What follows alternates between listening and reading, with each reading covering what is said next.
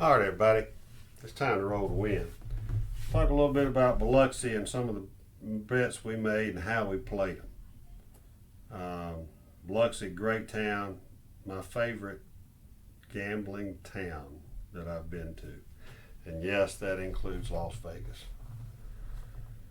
Personal choice. I go to Biloxi anytime over Vegas. But I wanted to walk you through some actual betting progressions that I did on the table during long rolls. Now, we had a lot of great rolls going on. I had some more than at least three, if not four, two stick change plus rolls myself. I had several good solid 20-minute rolls. And yeah, I had my share of short and very short rolls. I probably PSO'd a couple, 3 times during that weekend.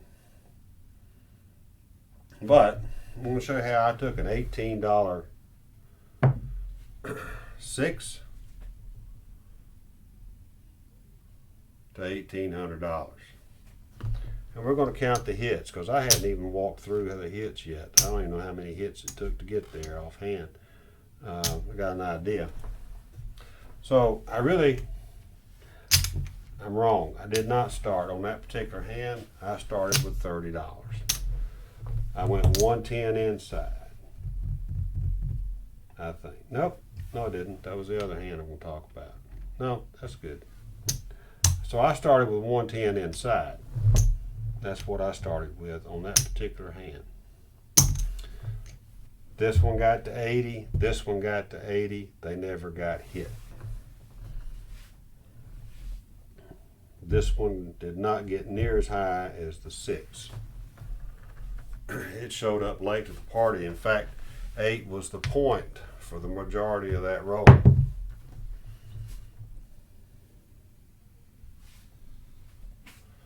So, our first hit, you know me, it pays 35. I took $2 out of the rack and I went straight to 42 and put a quarter in the rack.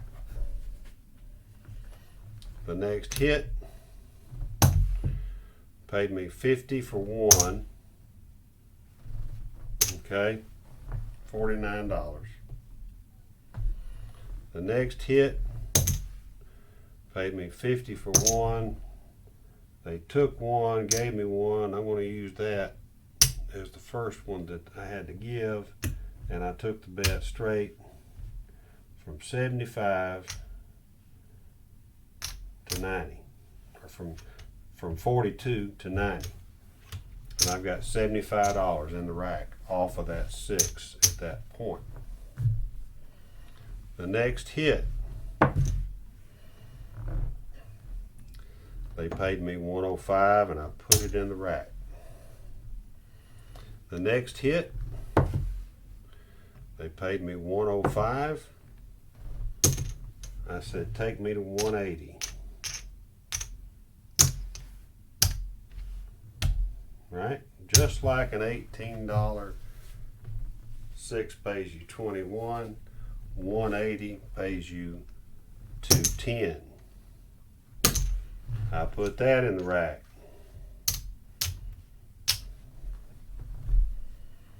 Next hit, they paid me 210. I took $30 out of the rack, gave it to the dealer, and said, take me to 1, 2, 3, 4, 20. All right, I'm going to swap that out for a black chip. So we went from 180, dropped $30, and went to 420. The next hit,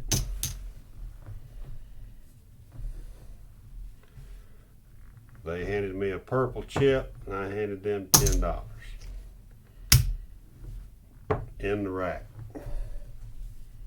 So where are you going to go from 420 when the next hit comes? All right, because they're going to pay you $500 for 10 again. But you're going to tell them, take me to 900. That's what I told them. Because I took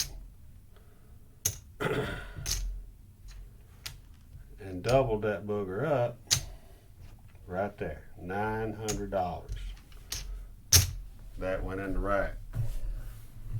So I'm sitting at $900 and I'm starting to think, man, that's a lot of sixes we're on right now. Well, lo and behold, another six come real quick.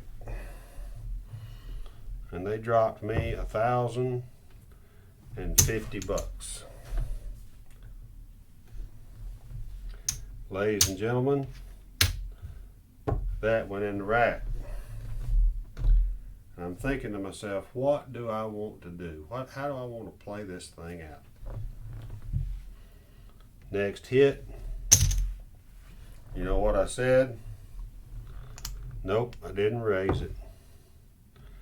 I said same bet.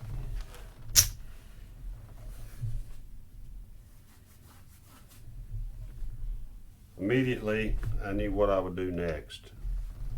Next hit paid me $1,050. I said, take me to 1,800. Never to be hit again. But my goodness, folks, that's a lot of sixes. Look at all that. Look how many sixes that was in that toss. 1, 2, 3, 4, 5, 6, 7, 8, 9, 10, 11. For some reason I was thinking there was 13 sixes, but looks like 11 to me. So what did that one number pay me? $2,526, 27, 28, 29, 3,000, 4,000, and $25. Starting with a $30 bet, caught the run, wasn't afraid to press. That was the exact press schedule I used. That was the amount that was on the table when it ended. Now there was some eights. There was only a few fives or nines. The fives and the nines disappeared and he pounded the eights. That's a lot of eights. But you know what? That's a lot of money off one number right there, and that's a good press. I really considered that when the six disappeared and the eight started showing, because I think I got the eight up to like 180, maybe even got a hit at 180. I never bet the 4 and 10, and there were several of those. We had dealer bets on every number. I think the dealer bets were pressed up to $75 on the 4 and 10 when the 7 came out. So they made a little money. As good a hand as you're going to ever see, I guess. As good a hand as you're going to see. Pounding a 6. All right, here's another 6 story. Not one that was big in numbers per se, but an $1,800 6. That's, and taking 2 hits at 900. If I had pressed after the first 900 and went to 800, I'd have collected 2,100. Was still 1,800 on the table, or I could have regressed. I really thought about regressing down to 600 or 900. I kept telling people on my end of the table, I think we ought to regress, but I never did. Nobody did. I never did. I wasn't really greedy. But I was beginning to tell that the sixes were disappearing and the eights were starting to show, and I felt like that was a bad sign. Anyway, here's another move we did. All right, so that was a good win off one number, don't you think? I think so. That's exactly how I played it. So I'm down at the Beau Rivage one morning or afternoon. I don't know when now. I played so much. I played 72 hours, it seemed like. Slept almost none. But I was waiting on the dice. And so I just made it a simple, very, very simple $18 6. When it hit, I'm not going to keep up with it. It paid me 21. I put that in the rack. All right, so then now we'll keep it. Next time it hit, I said, well, all right, I got my this is paid for. Paid 21. I said, give me, make some change. Give me $18.08. I went through that exact same press schedule, except I went to 18 to 24.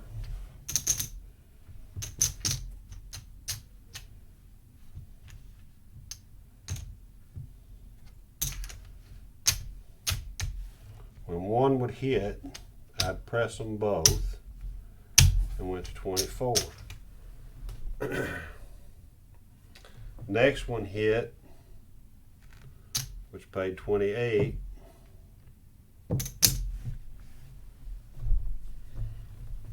And I took it to 42. So I ended up with 42 after enough little hits there. 25, 35.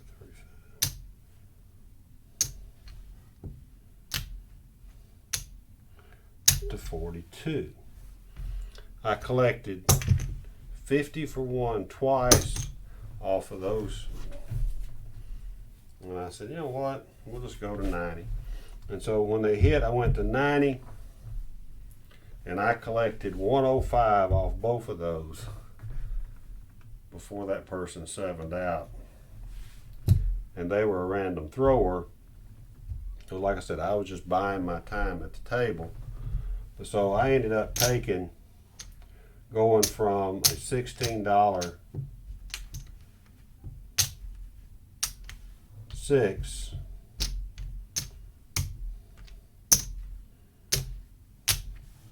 to a $90 6 and 8. Nothing else I bet. They hit a lot of other numbers. I didn't bet any other numbers. Started with a 6, only played the 6 and 8, and collected 210 between them. That was a fun little thing to do. Nah, it didn't make me rich, but it helped my little rack a little bit while I was waiting on the dice to come around.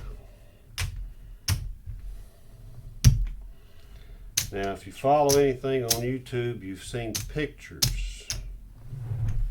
Not YouTube, Facebook. If you follow anything on Facebook related to Axis Power Craps, you saw a picture of Banker Dude's $5,000 4. What you saw was a point of 5, and on the end of the picture you could see a $5,000 4 and a point of 9 was established. Now I don't know the full sequence of the whole hand, but I do know exactly, because he shared it, the press move on the 4 and 10.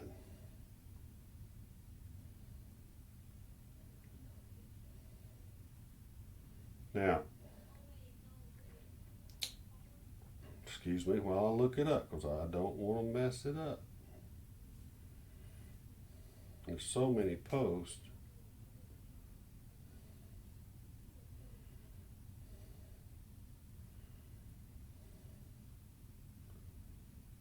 so many posts on here. I gotta find it real quick. I apologize.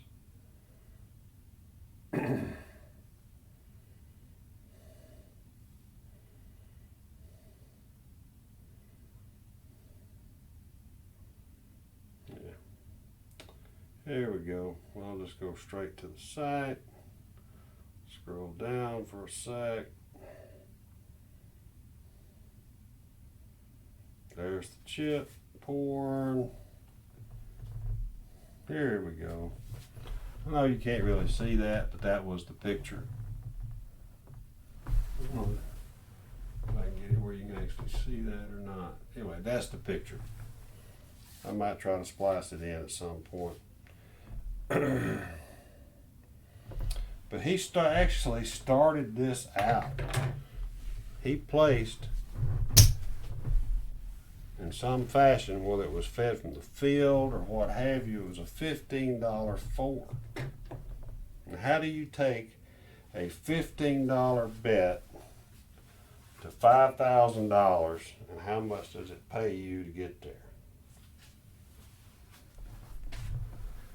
And let's count the hits, because folks, this is a lot of fours. First hit, he went to 25. So what does that pay? 28.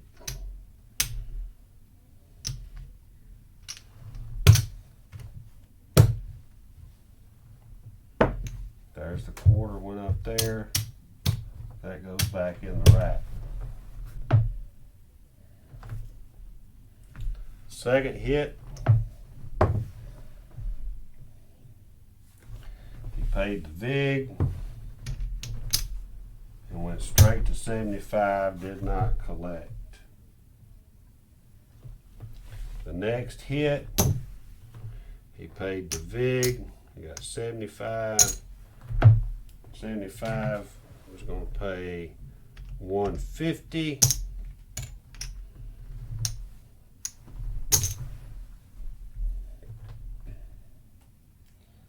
He went to 150 and put the 75 in the rack. Okay. Now the fourth hit, paid 150. He paid the VIG out of his rack, but he went straight to 300.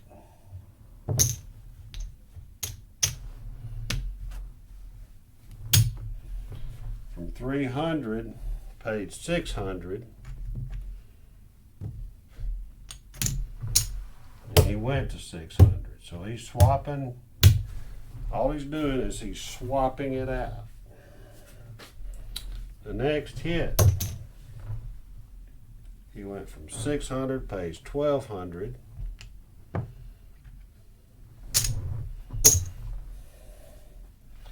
Put 600 in the rack, went to 1,200. Next hit, paid 24.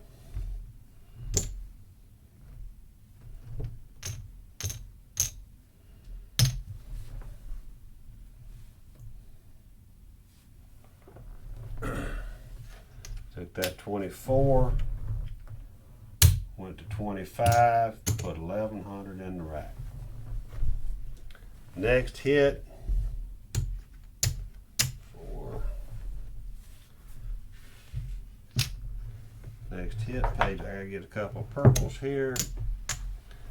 Next hit, paid $5,000.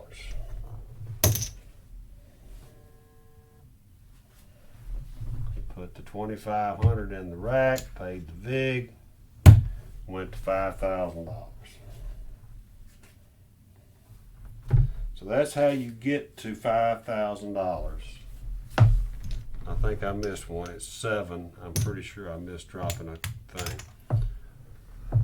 So 7 fours on a $15 bet gets you to house max. 5,000 was the house max.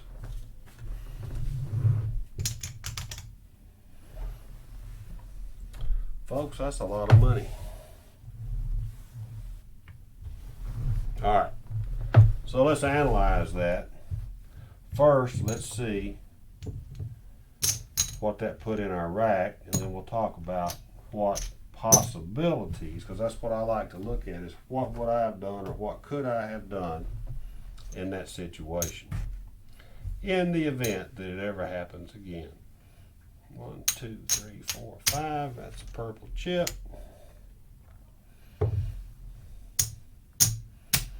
That's another purple chip.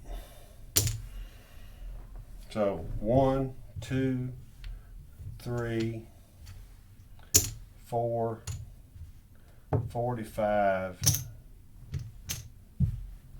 hair over $4,500 of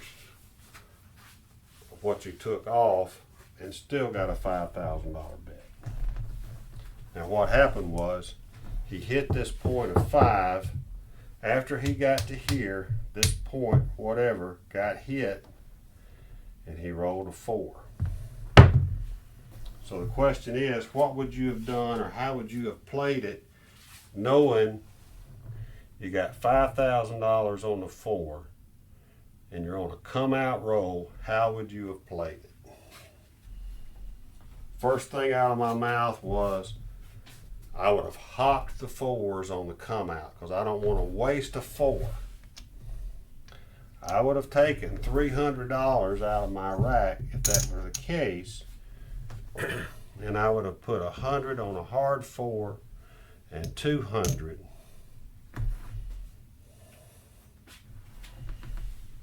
on the easy 4. That would have paid $3,000 on an easy 4.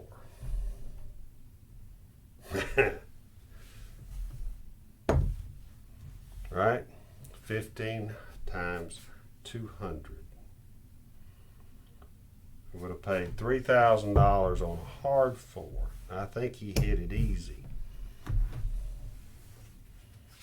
That's the best I could have come up with. All right, so if you didn't do that, now if you had done that and you had put another $3,000 in your rack,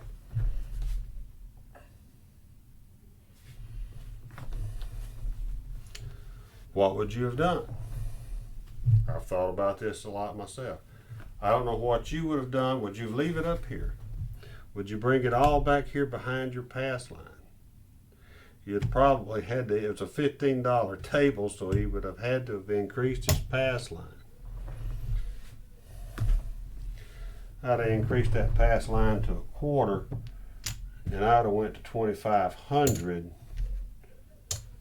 I'm pretty sure that's what I would have done.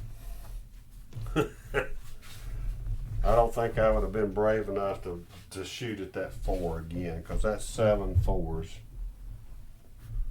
But then again, I might have been cocky. I might have done what he done. I don't know. Those are the things you've got to know.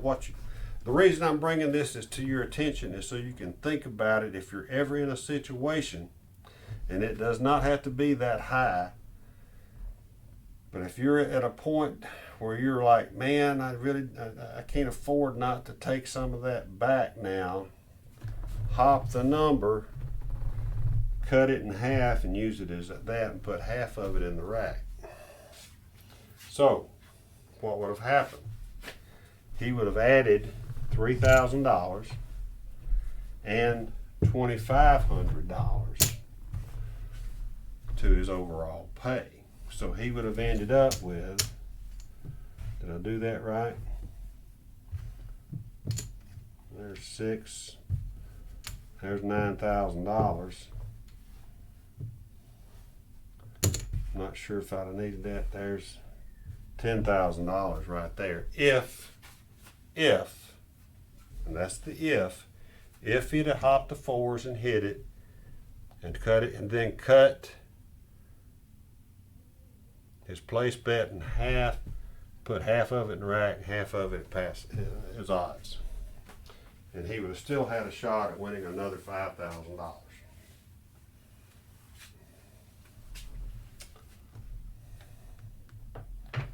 I think that would have been a good play.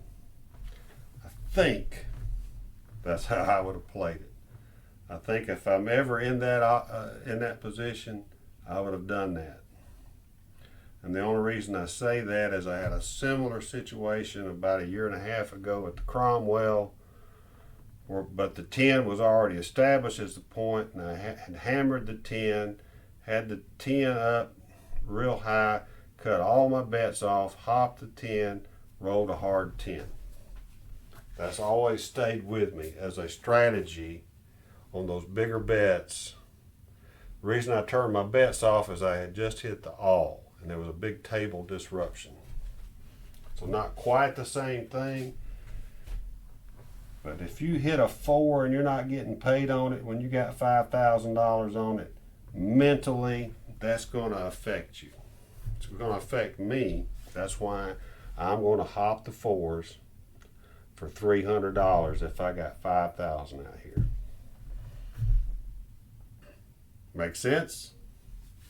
Maybe it does, maybe it doesn't. But that's how I think I would have played it. That's how he played it. Can't knock him from playing it that way. I mean, buddy, that's a strong press. He put plenty of money in his rack anyway, and he wanted to hit that $10,000 hit. But I still think going forward, he'll remember that, and I told him, and he may hop those numbers if he's ever in that situation again. That doesn't come along that often. It's an odd scenario. So we had a great trip. We had a lot of 20, 40-minute rolls.